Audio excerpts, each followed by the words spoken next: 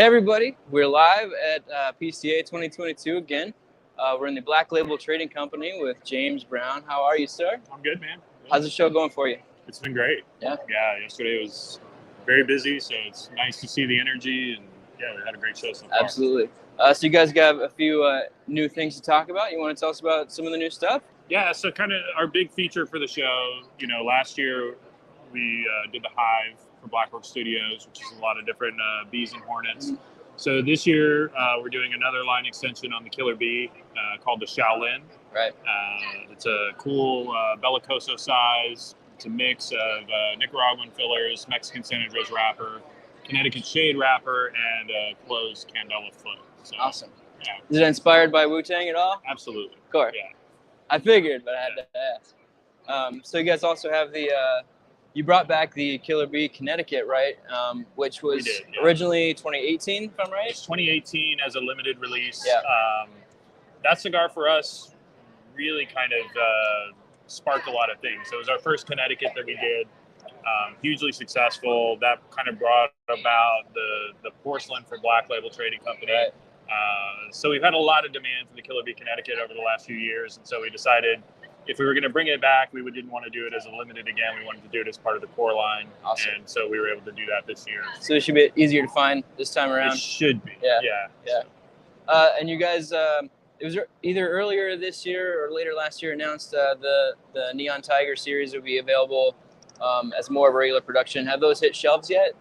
Yeah, so this year, exclusively for the Year of the Tiger, we decided to, and also because people weren't able to come to Nicaragua, we used to have that as a factory exclusive. Right. We decided to open it up for events. So Black Label, Blackwork Studio events have access to the 3 tigers. Okay, so you won't see it normally in shops, but if you go to an event, you can buy it. Exactly. Got it. Yeah. Yep. Perfect. And I wanted to ask you about the Dissident brand has some new ownership.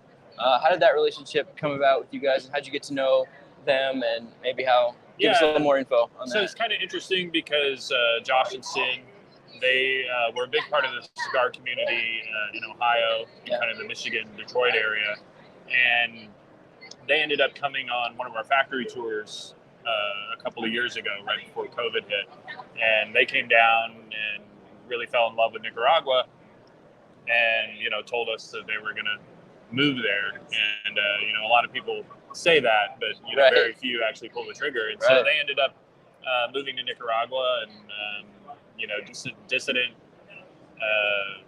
needed a home, and the options were we were thinking about taking it over, but I really felt like the brand needed somebody behind it to really drive it and build it into what it could be, and the Coburns were interested in taking on that challenge, and so they took over the brand, and I think they've done a great job so far, and it's really picked up a lot of steam, and they have some great ideas for the future, and we're excited about it. Yeah, we're excited to see where it goes, and excited to try their new cigars, and wish them all the best of luck.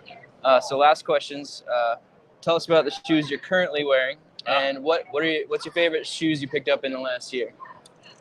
Currently wearing the Off-White AF1 Lemonades. So, and then probably last week in LA, I picked up a really rare pair of shoes that were never released. They were only in samples, and I was able to find my size randomly, and so I was stoked about that. Awesome. All right, James, thank you so much for your time. Appreciate it, man. Really appreciate it.